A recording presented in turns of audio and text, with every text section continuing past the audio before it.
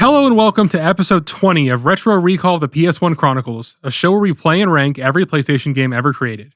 My name is Jimmy, and as always, I'm here with Mike. Hello. 20 episodes. 20 episodes. I was thinking about that too whenever I was setting up all the file folders and whatnot. Like, it's hard to believe we're already this far into it. It feels like we just started, and then I was literally doing the same thing, like setting up the file folders for this, and I'm like, 20 seems ridiculous. But then I think about all the games we played, and yeah. And that's the biggest thing too, of just, it makes you realize how much time we have in a year. Like, sure, you know how many weeks are in a year, but then when you break it down into episodes, you're like, wow, like this flies by really fast doing all this. I know. And you think about how many games there are to play for PlayStation. Yeah. 20 episodes is not even a drop in the hat compared to, the thousands of games we could possibly play. Oh, yeah. I did the math. I think when we were conceptualizing this show and I sent you the number, I'm like, so according to this, it's going to take us like 19 years to get through every single game. So, if we're on year 15 or so doing this show, then that would be incredible. Hey, you never know.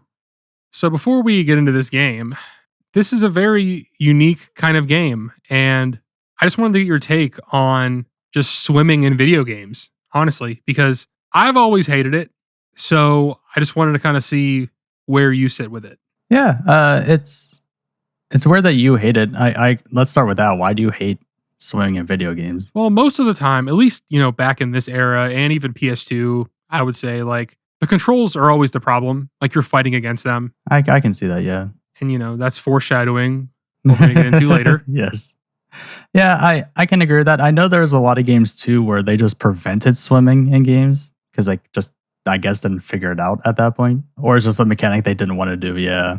But for the most part, it's never too bad. I can't recall too many games from this era that I played with swimming, but something I never brought up about the Tomb Raider episode was the swimming was the smoothest, best part of that game to me. I'm pretty sure you did say that, but yeah, I do agree. Oh, did I? Okay.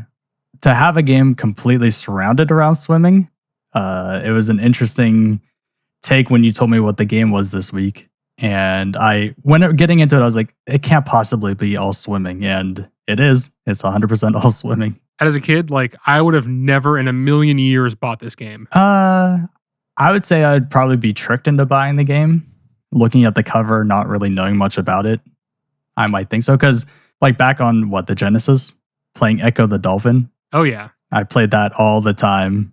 Never made it far because that game is almost impossible to figure out when you're a child. But I think seeing that, I'd be like, oh, this might be kind of like that or something. But I would never intentionally buy it. I forget if I brought this up on the show at some point, but in the last year, I've played Dave the Diver, which is, there's a lot to that game. But the core of it is, you're swimming and getting fish and then coming up and running a restaurant.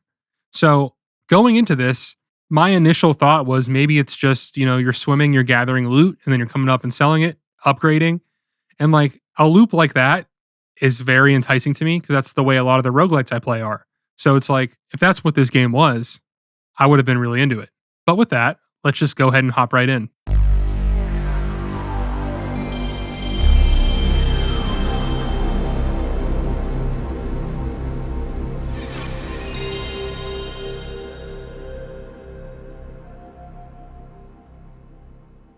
Diver's Dream was released on September 10th, 1998, only in Japan and Europe. I don't know why it wasn't released in the US, but something tells me that really wouldn't have mattered anyway.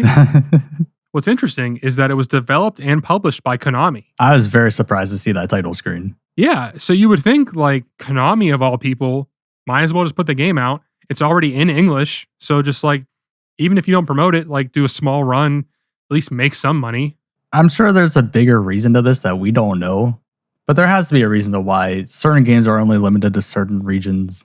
Maybe from a marketing standpoint, I guess. Well, they probably thought it wouldn't sell much in the US. And, I don't know if it was like this during this era, but at least before that, you had to place an order of a certain amount of discs, So you had to commit to that. So if the game bombed, then, you're kind of fucked. That's a very good point.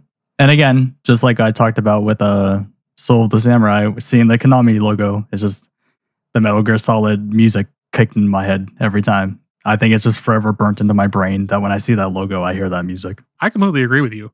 And like, I honestly think this game could have sold some copies just on Konami's name alone. I was going to say that too. I feel like Konami was such a huge name that I don't think you should be afraid of the risk because you have that name recognition on your games. But as we saw with Soul of the Samurai, like I can understand it a little bit. Yeah, I mean, we saw firsthand that just because it says Konami doesn't mean it's good. Yeah. And same went for CD Projekt Red. They built such a reputation that you're like, any game you put out, we're going to buy because it's good. And then Cyberpunk came along and obviously like rushed and everything out before it was supposed to. But I feel like that for a lot of people tanked the reputation of what they put out. We don't have to get into this, but I did like Cyberpunk, but it has definitely made me want to just wait a little bit when their games come out now, just to kind of see what's going on. Cyberpunk was the last game I pre-ordered, and I don't plan on going back to that anytime soon. I feel like that killed it for a lot of people too. But it just goes back to name recognition is huge, especially nowadays. It's just, you see a name, you can usually associate that with something, good or bad. So this game is, you know, like we talked about before, a diving and swimming game. That's all that you do in this game. And you kind of hinted towards it in the beginning of, it's a diving game where you collect stuff and you sell said stuff and then you buy upgraded things and you repeat over and over again. How far did you make it into this game? And how long did you play overall? I think I played about 3 hours, 3-ish hours. I made it to Matilda, the third class. So did you do the one where, I'm trying to think of how to separate it. The last one I did was I went to this area with all these doors. Okay. And I went in and I got this key and I had to go back to an earlier level and use the key there. Okay, I think you made it to the exact same level I did because I found a key that is like room 415 key. Oh, I made it 2 levels past that. Oh, okay. Oh, so you were almost done with the game. Yeah, I mean, looking at a walkthrough here, I stopped on dive number 8 and there are 10 in the game. Do you know what the area was called that you were in? Because it was obviously Matilda, but... The second class of the Matilda. Okay. So you were one more up from me. So it's weird. Like you go there, you get something, then you have to go back to the engine area to get something else. Then you go back to second class again. That's how far I made it. I played around 3 hours as well. Okay. And there's a reason why I didn't make it very far in the 3 hours I had. We can get to that in a little bit. But I just want to say, starting off, like they give you a good introduction story. The graphics, the animations. I think the animations are probably the best we've seen so far, aside from Chocobo. They are really good. I was a little bummed when most of the game is just like JPEGs after that. Yeah. But I don't really think it hurt it that much because like it doesn't really make a big difference. You're just going through the menus anyway. Yeah. When you're on land, it's just all menu based, moving around, and you just have an image in the background, but all your movement really, and the cinematic cutscenes with animation are random. I want to say like times when you think there should be a cinematic cutscene, there's not, and then they randomly throw one in for no reason. Yeah. I mean, this is, you know, for later, but an improvement I would personally make, and this is what I think they should have done, was they should have done the pre-rendered backgrounds, but they just should have had a 3D model of the character you're talking to on the screen. Kind of like a Resident Evil or Silent Hill. Oh, yeah. I think that would have solved the entire problem. That character just standing there. They don't have to animate. They can just stand there and tap their foot or whatever while you talk to them. But I think that would have went a long way presentation-wise. Yeah, I agree. And also, though, the music, I haven't said it much, but I liked it a lot. The music is amazing. It's stuck in my head right now. Yeah. Like, just that intro during the cinematic when they're explaining the story and stuff, that first song is like, holy hell, this is good music. Like, typically I just say the music does its job in the game, but this one goes above and beyond. The music when you're like going around the harbor and selling your stuff and things like that, that music is so good. Yeah.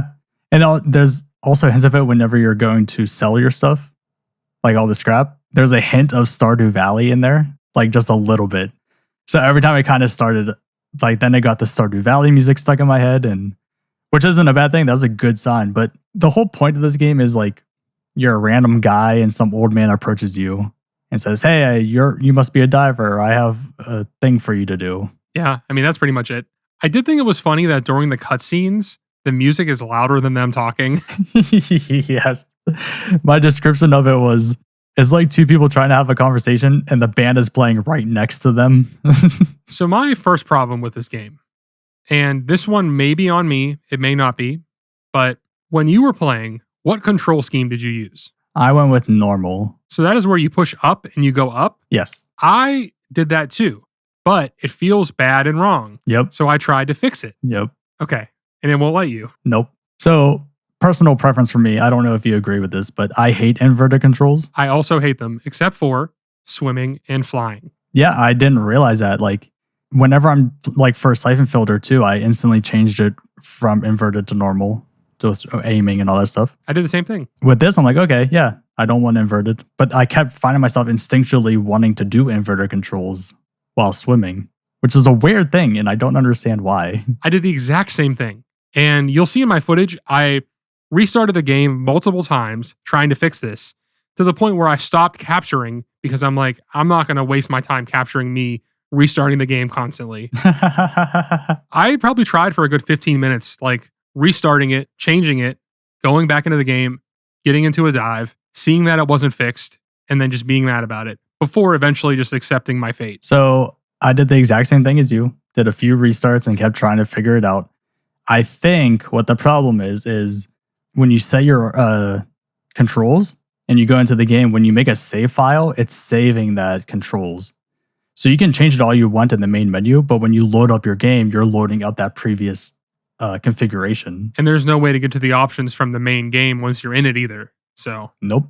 So once you like, if you wanted to go to the inverted controls, you would have to start the game over again with a brand new file with inverted controls. Yeah, I mean, it's a little ridiculous, but I don't know if that's a knock against the game or us, but it is kind of bullshit that you can't go back into the options once you're in the game already. You can't do anything when you're back in when you're in the game. Like, you can't go back at all. I never had to go back other than to do this, but like, I just don't know why you would take that option away from the player at all. It doesn't really make sense to me. Mm-hmm. I'm glad you ran into the same problem because I was so frustrated. And like you said, you just have to deal with it. Like, this is my life now. By the time I was getting to the later levels, I was used to it though. Like, it was fine. Yeah, I kind of was like that, but at the same time, I never truly figured it out. Like, my brain just wouldn't accept what the controls were. I did also, and I mean, we can get into this when we get to the levels. I used a walkthrough once we hit the Matilda. Oh, okay. I never did at all. So, okay. The game starts and it's pretty straightforward. You know, you're just diving, doing the objectives. I forget what the first one is, but you're just like finding something. The second one, you're fighting a shark. The third one, you have to save somebody. And then you eventually get to the Matilda. And when you get to the Matilda, the game turns into Silent Hill. Oh my God. It's like you're reading my notes. Yes. It's like ridiculous to the point like the music gets scary. Everything is red. There's giant monsters, like giant lobsters. And then the game becomes unlocking door simulator like Silent Hill 1. I was very confused jumping into that level because, like you said, it's like scary music, like Silent Hill music, Silent Hill aesthetics. I'm like, what did this turn into all of a sudden? Because at no point in this entire game is there anything like horror-esque to it. And then they just flip the switch on you on this one level. And like, I was very confused as to what was happening. I kind of love it. I'm not going to lie. It's like a bait and switch. Yeah. Like, you don't know what you're getting into. And the music is just so unnerving that you're tense the entire time because you're not sure what you're getting into at this point. Now, the level that you stopped on, there's not a chance in hell I would have beat that without the walkthrough. Even after that, when I was telling you how I had to like get something somewhere, then go back and then go somewhere else, I would have never figured that out ever. Yeah, I think I was close to beating it, but I was running out of time to get to this episode to record. So I feel like if I would have just spent a little bit more time on it, I would have figured it out. But I think I was slowly picking up the pieces that I needed for that level. I just didn't fully get there. Yeah, most of it is just like exploring and checking doors and figuring out where you can go until you find a key or something. Then you have to figure out what the key is for if you haven't found it yet. And it's kind of just a repeat of that mixed in with like environmental and monster attacks and things like that. So it's literally Silent Hill. And keep in mind, like, this is all happening when you're also fighting oxygen at the same time. So you have a time limit as you're trying to also do all this stuff. Well, I bought the large tank by the time I was where you stopped. So it really wasn't that big of an issue for me. Oh, how did you get so much money? I want to say it's in the level before that.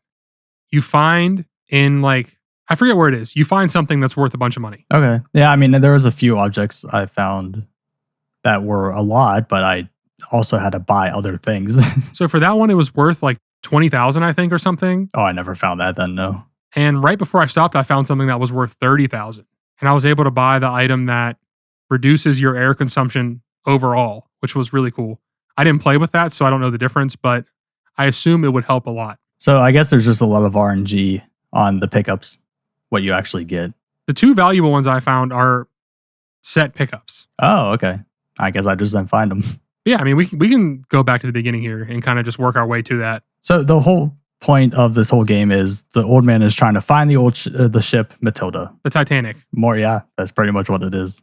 He was guard on that ship, I want to say. I forget what he said, but yeah, he worked on the ship with everybody else. And there's a treasure on the ship that you need to go retrieve. That's more or less the entire story. You have to find keys to unlock treasure there or something. Yeah, you need to find 6 keys that you need to unlock the final door and the final level to get to the treasure. So without the 6 keys, you can't finish the game. But the first mission is you have to find that guy's camera that he lost down there. Now, I want to say this feels like unintentional payback on me because you've gotten sick so many times on games and you weren't aware of this, but one of my biggest fears is the ocean. I did not know that. Second up to that is caves. Third to that is being chased in video games. This game has all 3. That's hilarious. I had no idea. Like, whenever I can't watch those like spelunking videos, I can't do it. I mean, I wouldn't say I have like a fear of that stuff, but like obviously I don't like it, you know? It just gives me so much anxiety. So jumping into this game, I'm like, oh, you're diving. It's going to be in like the open ocean. Sure, I hate the ocean, but it'll be nice and open. That's fine. No, you start in this small ass cave underwater. I'm like, already this is 2 fears just skyrocketing of mine. And you're just in these small, tight spaces. And I caught myself so many times just not breathing because I'm like holding my breath and like being very cautious of my breath and stuff. And like, I was so immersed in this game that my heart rate was going up and I'm like, oh, I need to breathe. I need to like focus on what I'm doing. That is insane. I had absolutely no idea. I was going to say, I think the first level is like really chill and fun. Like I started playing and I'm like, oh, this is nice. You know, you're just having the time of your life all relaxed. I'm over here like anxiety and yeah. I mean, just the first level though, I don't think like playing it, I didn't think it was anything hard. I didn't think it was particularly interesting, but I was like, you know, this is fine. Yeah, I will say I died in that first level immediately. A lot of it was trying to realize that I didn't have inverted controls and that my guy was spinning up on his head and I couldn't get him oriented the direction I wanted him to go. And this game is impossible almost to pick up items. Yeah, it's like we're playing Tomb Raider underwater. I'm so glad you brought that up because I was waiting to see if I was going to say it first or you. But you have to wait till the item's like what, on his belly button or something before it like will trigger the fact that you're supposed to pick it up. I couldn't tell you how many times I was like hovering around an item trying to get it. Yep. And you would think like, oh, I can just go up to this and just click the X button to pick it up. No, you got to wait for it to actually physically say get. And then that's when you can pick it up. Makes no sense. It didn't have to be that complicated of a system. Yeah. I also I went back later and tried to grind to kind of like upgrade my stuff. And like, you really can't because most of the stuff you find on these levels is just like worth nothing. Yeah. And that's a big part of this game too, is you find these items and it's kind of like a chocobo where they give you a vague description of what the item is. And you got to take it to this guy and he'll evaluate it and he'll tell you what it actually is. 9 times out of 10 is junk.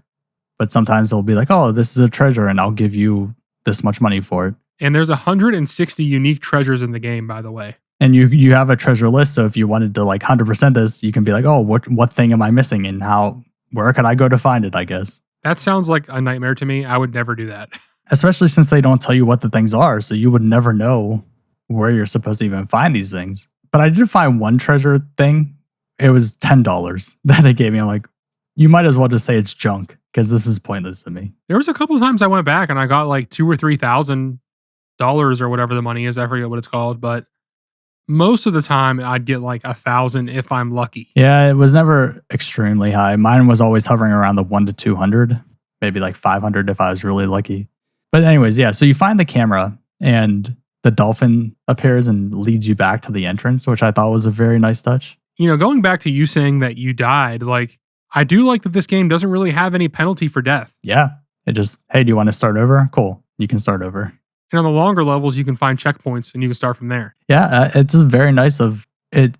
Sure, it's technically a time limit you have in the game, but it's not too bad. They're very forgiving. Yeah, I mean, the air ticking down is always on your mind when you're playing. Like, I'm constantly looking at it, but once I got towards the end and I upgraded some of my stuff, I really wasn't too worried about it. I was just kind of more worried about figuring out where to go and what to do. It's not like in the early levels where you know exactly what to do, but you're worrying about the air. So it's kind of like a weird balance. Mm-hmm. No, I agree with that 100%. And it's like the whole dolphin thing is also kind of nice of if you happen. I don't know if it shows up every single time. I think it does. But I like that it kind of just leads you out of the thing like, oh, in case you get lost on your way back, here's how you get back. It's a nice little touch. Yeah, especially when it's very easy to get lost in this game. Mm-hmm. And you kind of brought it up. I wanted to say this hot take. I feel like this is the Tomb Raider of the ocean. I don't know if you would agree with that. In what way? Picking up items is a puzzle and challenge all in itself. Graphically, I would say almost kind of looks the same. I would say this looks better. I definitely think it looks better than Tomb Raider. I mean, not by a lot, but it's definitely better. Yeah. And when you get to the later levels, you have these out of nowhere enemies that make no sense. Like, and we'll get to that later, but just early on, the enemies make a lot of sense. You have your, tigerfish, jellyfish, needlefish. It's like, okay, these are things you would find in the ocean. But then they changed that. Yeah. I mean, then the second level, you're just fighting a shark. That's it. What was your take on the shark? Did you have troubles or no? It was a little annoying, but like I did it after a few tries. I just had to make sure I had enough ammo for my spears. That was the biggest thing. Make sure you have enough ammo. But the thing I hated, and I think it would have been so easy to implement, put an aiming reticle in the game.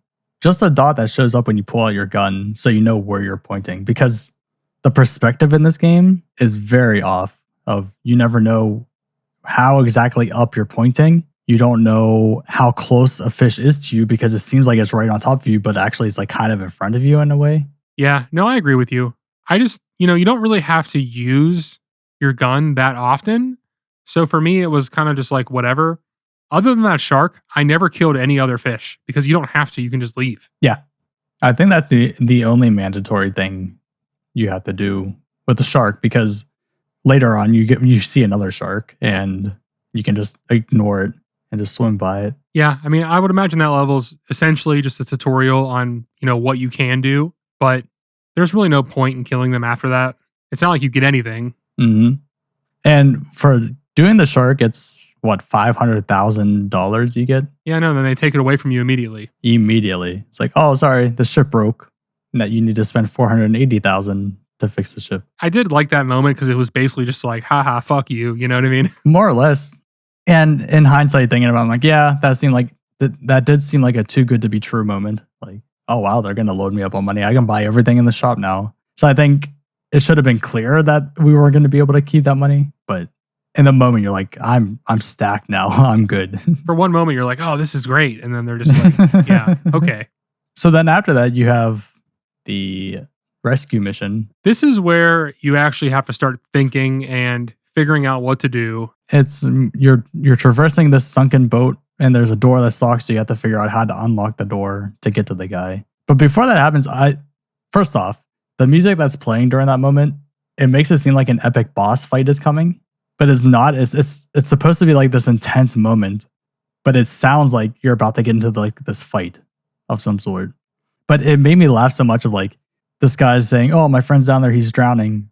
But here's the backstory to why we're here and why it's like, if your friend's drowning, let's go ahead and rescue him first, and then you can tell us everything afterwards. I mean, that's kind of the story of this game, right? It's just a lot of nonsense, but it's kind of charming for it, honestly. Yeah, it's random dialogue that technically doesn't make sense a lot of the times, but they just have characters speak for the sake of speaking. I mean, like most of the stuff that old man says, it's like, what are you talking about?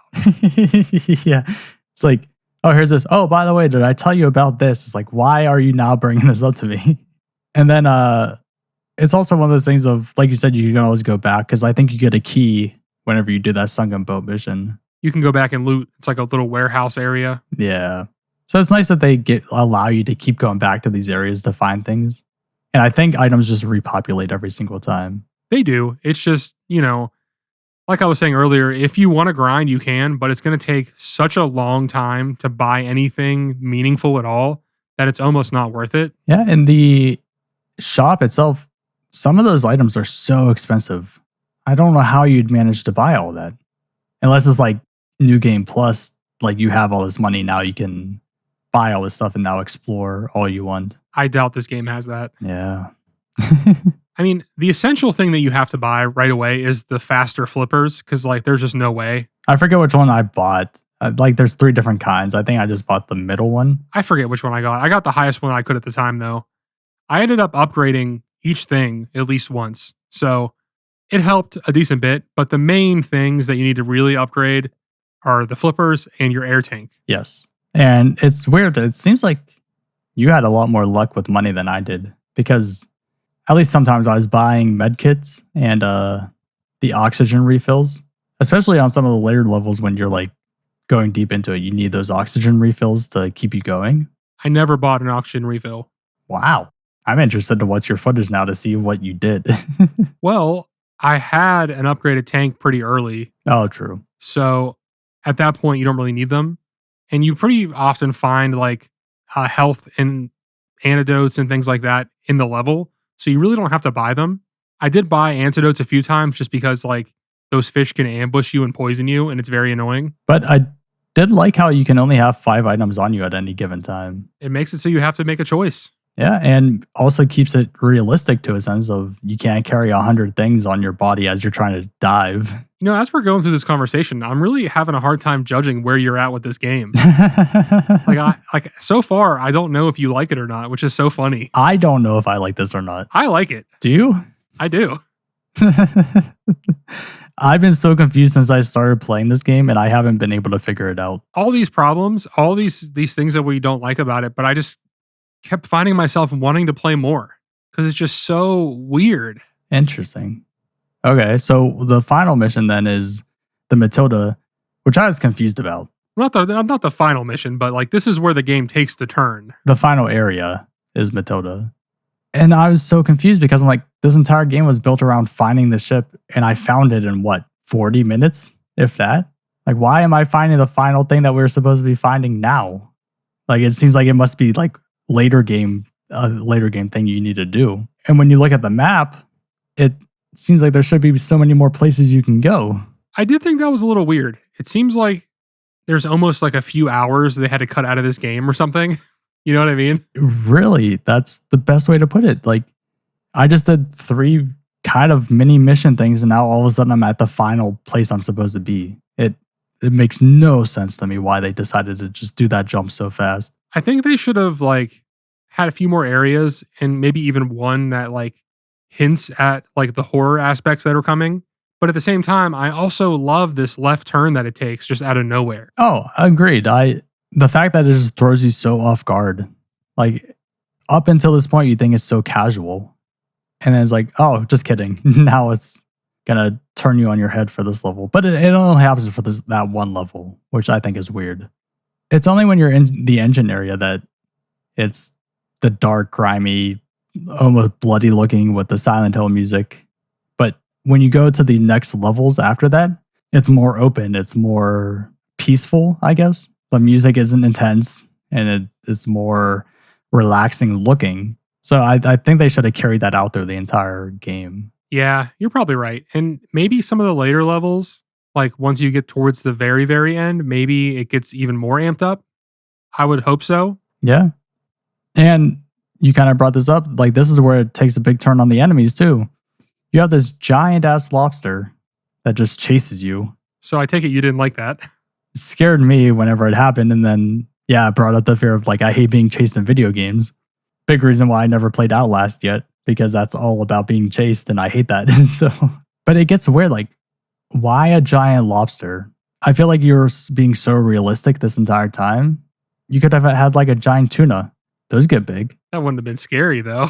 I guess. They could have had like a whale or like a big shark or something. Yeah, especially because like the lobsters can't turn. So a shark would make sense. He can't turn, so he'll just keep going straight like they do. Yeah. I don't know. This whole thing doesn't really make any sense in like any way. So it's kind of just like you either embrace the absurdity of it or you don't. You know what I mean? And it's also in that area too. You find the rock lobster, which I kind of laughed at. I thought that was funny that they embraced that. That part's hard. Where you have to go in that circle. Yeah. I didn't have any difficulties. Well, I was trying to be impatient and get them all too quickly and I kept dying. I pretty much would hit a lever and sit there and wait for him to go by in front of me, and then I'd follow behind him to the next lever. Well, also with me not buying the air packs too, I'm trying to be quick. Oh, true. Which, actually, yeah, it's during that exact level you're talking about that I realized when you swim fast, you lose HP. Same thing happened to me. In that same exact spot? I don't know if it's that spot or one of the chase parts, but like that's where it happened, like that level. Yeah, and it's not like you die. You just stop swimming fast and he stays still and you got to go back to normal swimming. So yeah, if you don't know that's a thing, like for me, I just stopped and I was like, why is my guy not moving? And I died because of it. That didn't happen to me. I was just going really fast and I looked at my health and it was down and I was like, what happened? I didn't get hit by anything. And then I tested it and I figured it out. But it's just one of those things they don't teach you or they don't mention that at all. You just have to notice it. So did you have like a final straw or like a reason why you stopped playing, or was it just time? It was just time. I don't know how much more I would have played because I don't know. Like, yeah, the environments are changing, but I feel like right after the engine area of the Matilda level, that's the height of everything you're going to see. And I've confirmed this too because I went to a walkthrough on YouTube afterwards and watched, and it's all the same stuff after that. Now you have the giant lobsters, you have jellyfish, tigerfish, needlefish, and those things never changed at that point, and they don't introduce anything else new. So I feel like the Matilda is the plateau of the levels. Yeah, I don't love that, but it's almost like the game is like split into two halves, where it's like the beginning parts that are basically a glorified tutorial, and then you get to like the real game, which is this, Silent Hill thing. Yeah, that I agree with that 100%. And like you said, the way you described it, which I agree with, is it does feel like they purposely cut stuff out of this game. Like maybe they had more plans and they maybe were running out of time and they had to just be like, we need to get to this final level now because we don't have the budget to keep going. Yeah, budget makes the most sense, especially with like the backgrounds not being rendered in 3D at all. Like to me, it kind of just feels like they were more ambitious than they could pull off with their budget. And I mean, if you know what to do, I feel like you could beat this game in like 3-4 hours at the most. The walkthrough I watched, the guy maybe did it in an hour and a half. That's crazy. Yeah, I mean, if you really know, I guess, yeah. I feel like I was probably another hour away from beating it where I stopped. I think you probably would. Yeah, it's not too much because what you do, even though Matilda is the final level, it is broken up into 5 different sections. You have the engine, 3rd class, 2nd class, 1st class, and a special area. So it's kind of like you said, it feels like this is the main game. And everything else is just leading up to this moment. Yeah, I mean, I don't really have much more to say about this game. We really went through like every single aspect of what we played. It really is. The only thing you may have had this happen to you, you probably didn't. Did you get caught on walls more often than you should have? Sometimes, but I always chalk that up to like me fucking up the controls because I couldn't do inverted like I wanted to. I just mean like there's clearly an opening. It's a big giant square. And you go to turn into said opening and you hit an invisible wall or you get caught on something until you go into the actual real opening. So it's like the openings weren't as big as they showed you on the screen. No, that happened to me a few times for sure. And then I kind of learned to like stay lower until I was right near it and then go straight up. Oh, okay. Oh yeah, especially if you're going vertical, like straight down or straight up. Those felt almost impossible to get right on the first try. It happened to me so many times that I was just like, you know what? I'm going to take my time. I'm going to get in there because getting stuck on it is wasting air. And it's, therefore making it harder for me to finish. So, yeah, especially with the hammerhead shark area in the 3rd class, there was a hole you had to go up to get away from him. And I was like digging my head into the hole, trying to like find the trigger point to get to the next level. And I just could not find it. It happened to me a lot on the level where you're rescuing that guy. And then kind of after that, I kind of learned the way the game wants you to handle it, which is what I said. So like, I didn't really have any problems at that point, but I can definitely see what you mean. Yeah. And with that rescue mission too, is like you have to get behind that dresser thing to push it up. And I was like hitting X nonstop around the guy, like, what do you want me to do? I'm right here. How do I help you? And you have to find that trigger point. And that's kind of with everything in this game. Like the level where you stopped, eventually you have to unlock this locker. I got to the point where I'm there. I finally figured everything out. I'm just swimming around it, slamming X, trying to figure out what to do. Yeah, we talked about everything we could have. I'm surprised we went this long, but the gameplay loop is just the same. I personally feel like if they really made it more of a like diving and looting and like coming back up and selling your stuff and then doing it again, if they had more of that before you got to the Silent Hill stuff, I think that would have made for a better game. That way, you have that loop and then it shakes it up by turning into this like fake horror game. No, I get that completely. Also, did you do the free swim? I didn't. All it is you're just swimming with the fishes. It's just a very wide open ocean and there's fish swimming all around you and you're just enjoying the view, I guess, with unlimited oxygen. I mean, it's cool that it's there, but I would never do that, obviously. Oh no, I did like 30 seconds. I'm like, is there a point to this? Maybe there's places to explore. I don't know. Seems like you're just meant to swim around and be, have a relaxing time. A relaxing time with all the fish.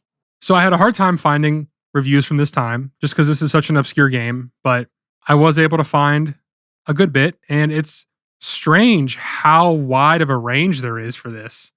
Like I'm bringing it up again just to kind of give you a general idea. And like these scores range anything from a 50% to a 91%. Wow. That is very divisive. Now I'll say there's a lot more lower ones than higher ones, but the higher ones do exist. And I have one high one and one low one for us to take a look at here. So Spanish game magazine Super Juegos gave it a 92 out of 100. Wow. And here's what they said. By the way, both of these are going to be translated. I use Google Translate, so if there's any weird wording, don't blame me. Despite the initial confusion as it is a diving game, Diver's Dream is engaging from the first game thanks to the nature of its missions and the possibility of purchasing new equipment, such as wetsuits, fins, or underwater rifles. A great game that will captivate diving fans and other PSX users in general alike. And I want to say that the first game thing, I do believe there's a second game called Dolphin Dream. I don't know if it's directly related. Dolphin's Dream is just the name for the game in Japan. Oh, okay. That makes more sense. Okay, then I don't know what they meant by that. But it's weird how their positivity to the game is you can buy new wetsuits, fins, and guns. Like, why is that your positivity out of this entire thing? Real quick, when I looked up what I just told you, this game was going to be called G-Shock in North America. G-Shock. G-Shock. That sounds like a racing game or something, like a futuristic racing game. I have no idea. Diver's Dream is like the perfect name for this game. Oh yeah, it's right to the point of what this is. But yeah, I thought that was interesting. It said it was canceled. Doesn't say why, but anyway, German magazine Video Games gave it a 55 out of 100. And here's what they said. Who is Diver's Dream supposed to appeal to? There are too many inconsistencies, giant crabs, and unrealistic actions, diving in unknown caves without equipment, for a simulation. And the hero's sluggish animations are too slow for an action game. I forgot about that part, so I'm glad you brought that up. The areas where there's the needlefish swimming around, you have to move fast, and your guy just does not want to move fast for those areas. I mean, this is not a game where you can be precise in any sense of the word. Oh no. Trying to turn around is a lot of the times you'll see in my footage, I'm just like floating, suspended in the water and just slowly turn my body around to try to get to where I needed to be. Like they have the quick turn commands, but I didn't use them that often. I don't know about you. I never did. In the moment, you just don't think about it. Yeah, and it kind of, I don't know. It helps when you're kind of stuck in a corner. It helps you spin around fast, but I never found a use outside of that. But I also think it's kind of a weird review because the game's not really saying that they're going off of realism. So why are you knocking it for being unrealistic? Yeah, I mean, you can kind of watch the opening cutscene and play for 5 minutes to know it's not realistic. But I think what they're getting at is just that it's like kind of somewhere in the middle where it's like really all about diving. And it seems like it could be realistic, but then it's definitely not. I think that might be just a little confusion. Yeah, it definitely hovers on that line of being in the middle between realistic and not, and it might be just be to the Matilda level, like you said. Everything seems realistic up until that point, and then you get to that point, and all of a sudden, they just start over new with something else. Yeah, I mean, at the end of the day, this game is definitely just like nonsense. Like, I don't think you should take it seriously at all. Oh, no, not at all. Well, all right. Here comes the interesting part. I definitely struggled with where to put this game as well. You know, looking at our ranking, looking at what we have as our score guide, which I do think we should expand at some point. Yeah, I'm on board for that. I just, I had a really hard time because I do genuinely like this game. I think that it's weird to control. The gameplay loop is fun though. And once it switched to horror, I did have to follow a walkthrough to kind of figure out my way, but I don't mind doing that, especially for these older horror games or like older adventure games and stuff, because different time, like I would have never figured out where to go otherwise. At the end of the day, I played it Tuesday and I just kept thinking about it. The music's in my head and I played it the next day, played it again, played it more today. I took breaks obviously because you can only play the same part so many times, before you get frustrated, but I think I'm going to sit at a 6.5. Oh, wow. You went higher than I thought you were going to go. This is not an amazing game at all, but I love the risks that it took. And I just think it's a cool little hidden gem, honestly. It's not anywhere near the caliber of half the games on this list, but at the end of the day, I enjoyed my time with it. Interesting. So, as I said at the beginning, I feel like this is the Tomb Raider of the ocean, but not in a bad sense. Like, we really ripped on Tomb Raider for how bad it was, but I think that it has those qualities, the bad qualities that Tomb Raider has, but it also does a lot of good at the same time. So that's why I've been so confused about this, where I'm like, I like it, but I don't, and I don't know where I stand. Controls are bad, especially if you make the incorrect decision in the beginning of the game, and you have to restart entirely. I feel like there's just options that could have been added to make your experience a little bit better. Like if you could just swap in the beginning if you wanted to and be fine. But the exploring was fun, but it could have been more exploring. The finding treasures was fun, but it could have been even more treasures you could have done.